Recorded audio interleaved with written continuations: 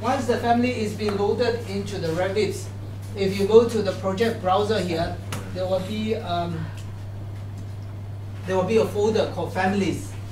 So under this folder, you can actually look for, let's see if you have inserted a new family of the structural column.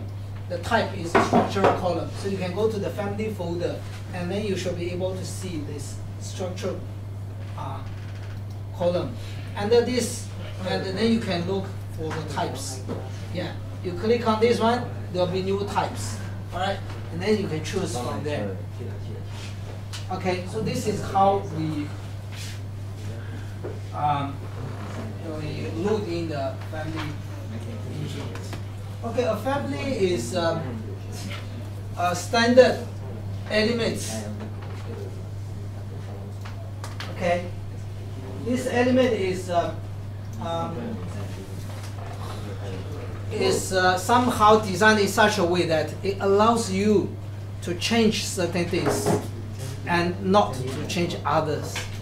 For example, if it is a rectangular column, it allows you to change the dimension of the column, the cross-section column width and perhaps the length of the section, E and H.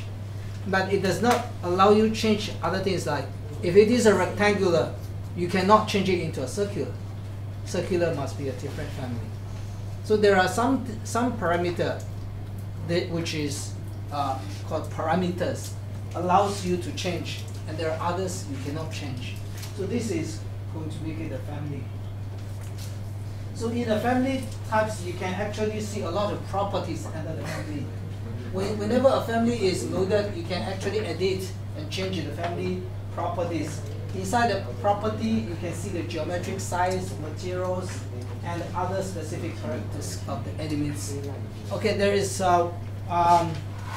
one thing that a column behaves is that you can specify that the bottom attached to a certain level and the top stops at another level. Not necessarily to change the length or height of the column. So that is a behavior which is unique to the column. Yeah. In fact, when you put a column there in a place, you don't specify the height or the length of the column from this level to that level. You can specify which level to start off and which level to stop. Okay. Let me see where I can stop to start to teach. I think these are the things that you all know already. It's explaining to you what is an instance. When you draw it into the drawing area, it's one instance. You can draw as many instances as possible for the same type and same family.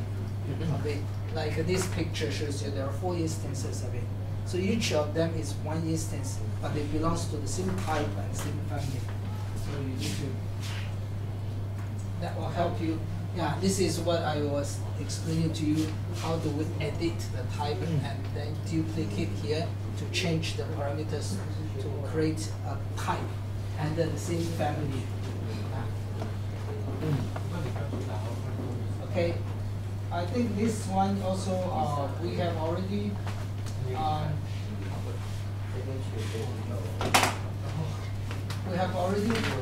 learned how to do this. Okay. Add a family to an existing file. Add a family type to the existing family. We have already done that, which means which I mean is that by duplication can create a new family type. You can use this duplicate from the system file can duplicate into another type. Okay, we have already learned that. Let me see. Another big issue here is that understanding the types of the family. Okay, how are we going to group the families according to the usage, the types? For example, this column says that these are the families identified as civil and structural system family. The system family are families that is being created by the software itself. Things like a curtain system, detail item, floor, model. We don't use this, we don't use this. Ramp, we also never use. Roofs, also never use. Side, never use. Stairs, we have done, we did use it. Structural foundation, we have used it. Structural load, I only demonstrated in the structural mechanics model. And structural rebar, walls, all these are the system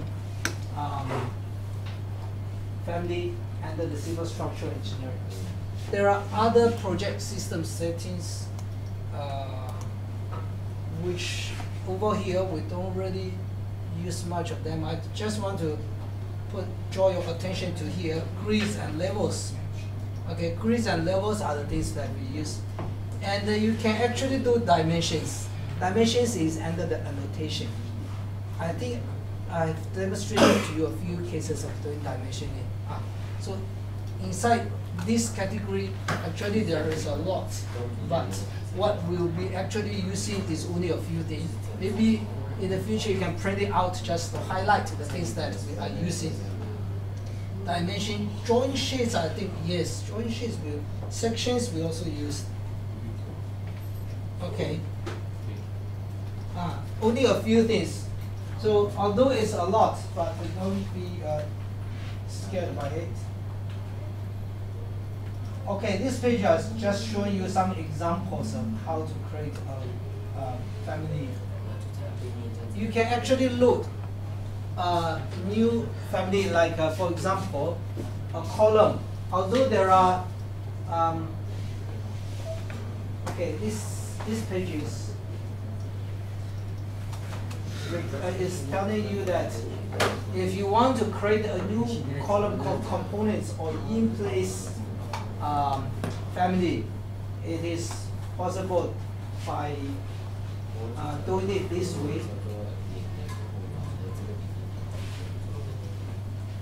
I think I will skip this part.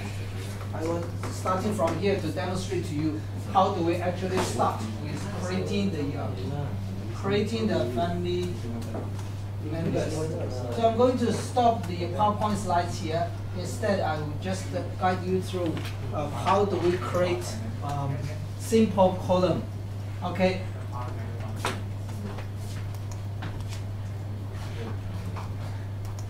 Now we need to start with our Revit now.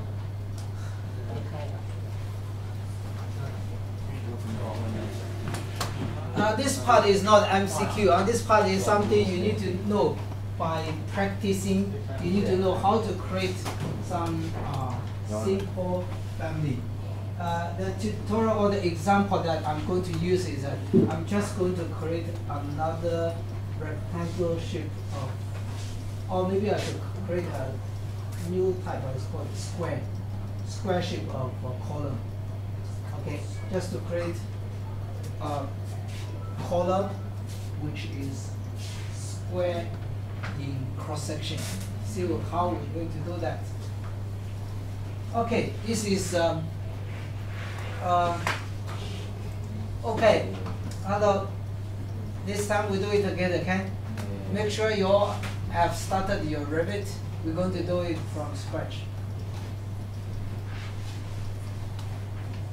Yeah, please arrange the screen in such a way that you see half of your screen is my computer, half your screen is your own. So that when we do this, we will do it together. Last time when we started with the Revit, we started a project. This time we are going to create family. So this is a different category of the thing. But when you design a family, you recall the steps that we're creating in the project. It's almost the same. Okay, when you start, you also start by creating a new family. Okay, actually, it's good to start from here, because that if you click from there, it goes to the default template. It gives you no chance to select the template. Unfortunately, the software installed in these two computer labs with wrong default. Use a US Imperial. But our computer, they use one. If you are using the your own laptop, perhaps by the time you install the software, it's already pointing to a default template, which is metric system. Then it's all right. You can click from there to click the new. You understand what I'm trying to tell you? There are two places where you can start new. One is clicking here. Okay. The other is clicking here, select new, and choose family. Yeah, there are two different ways. There is a difference. If you go this way, that allows you to pick up from a template, to choose a template. If you go the other way around, it's automatically using a default template. That's the only difference.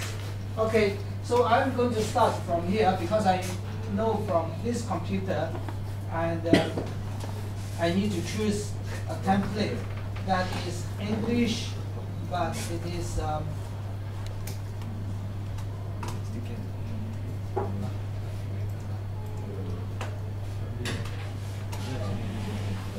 it's a metric. So I'm going to design a metric column. Pick up this. Okay. By the way, you can do this way. There is another one called the metric generic model. There is this one that will allow you to start from really scratch. Okay. Let me see. Should I pick up this or pick up the column? I think I pick up this because to make it consistent. The other class that Mr. Sandy was teaching, we started to use this. We'll start with this. Sorry, we'll choose this metric generic model. Metric generic model, which means it's not necessarily to make the family that you created to use it as a column. It could be used as anything. The geometric will be, will have new parameters that we can design, or we can set it as a parameter. Okay, so we choose this. We'll pick up this generic model, a metric generic model. If you don't see this, you need to go up to a level. So look for family templates. Go to English. Scroll down a little bit, and then click on OK. Open. Sorry. Okay, this is the standard view of the template that is called metric generic model. And you can see here there are two grid lines, one horizontal, one vertical, already laid out there. And this is referring to a floor plan view. You can see that this view reference level is being highlighted. Now we need to understand the coordinate system in the family design a little bit. It is a 3D coordinate system. So you have the reference level, which is like the ground level. Okay, and you will have 3D view as well. You have elevation view. Okay, so at the moment, the standard view given to us include a reference level and a seating plan level. Well, just imagine the reference level here now is the floor. There's another level is on the ceiling. If you were to imagine this is a column, you are actually designing the bottom and the top of the column in these two views. All right. So how they look like, and the view arrangement here is almost the same as what we see in the project, in the Revit project. But instead, now what we're doing now is working in the environment of creating a new family. You will see differences on top of the here because you look at this panel here. These are the toolbars allows you to create geometry of the family. And in the typical project view, you don't see this. Rather, you see those standard system families like column, beams.